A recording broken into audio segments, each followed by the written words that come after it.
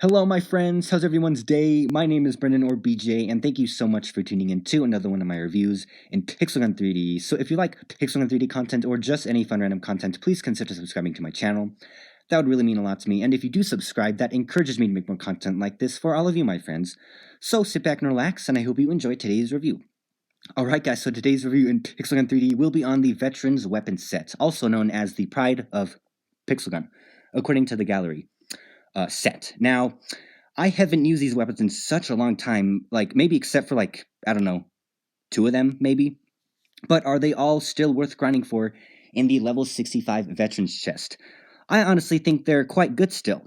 So without any further ado, let's head right on into this review. Alright, so beginning off, we have the Combat Overlords with a body DPS of 138 and a head DPS of 193. These weapons are really dang good automatic primaries, and they do remind me of Golden Bros a little bit. They're almost like a weaker version of Golden Bros, but they're really not too far off at all. They're still really good. And the really cool thing about this is that these are one of the only primaries in the game to have 100 mobility. The other one is Neutron Pulsator, which is pretty interesting. So yeah, there's really nothing too bad to say about this weapon. And in my opinion, these are like one of the best automatic primaries in the game due to how convenient they are with their added mobility, their added maxed out mobility. So if you don't have like a good melee in your loadout for mobility, and if you happen to have this, the Combat Overlords, just move to this weapon. You'll have maxed out mobility, and it's really, really good. And this was the very first Veterans weapon I ever unlocked, so yeah, a very solid automatic weapon. Next up, we have the Lives Harvester. So this backup is pretty decent, but what really brings this thing down is its terrible bloom. So if you don't know what bloom is on a weapon, it basically means that there's an area inside of the crosshair where the shot could go, but the player cannot control it if it hits or not, unless the object you are trying to hit is bigger than the crosshair.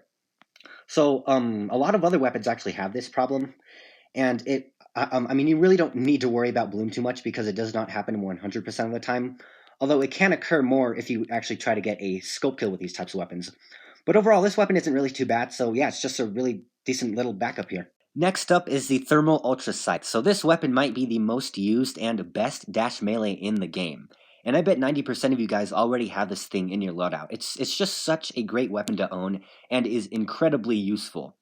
Obviously, there's a lot of other great dash melees out there, but this one, by far, is my favorite. Next up is the Jet Dragon with a DPS of 192, making it the second best flamethrower in the game, right behind the Fire Spirit with a DPS of 194.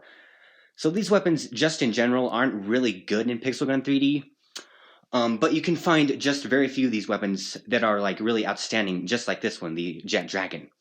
And the Jet Dragon was the very last weapon I ever crafted from the Veterans chest to ultimately complete the entire Veterans set. So it was from the beginning to, from the Combat Overlords, my very first weapon, right down to my last weapon I ever crafted to complete the set, the Jet Dragon. So yeah, what a journey.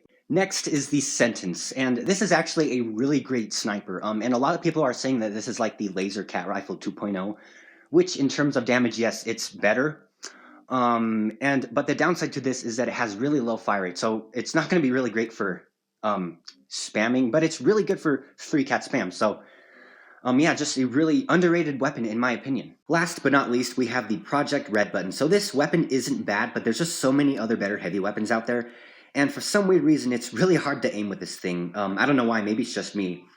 But yeah, so it's just your ordinary heavy weapon, but it is quite cool in its own way, so yeah, it's not bad. Alright, so are these weapons still worth grinding for in the level 65 Veterans chest? I really hope you enjoyed today's video, and if you did, please like and subscribe for more content. I do anything on this channel, and yeah, I will see you all in the next one. Love you guys, take care, and most importantly, stay safe. I'll see you next time.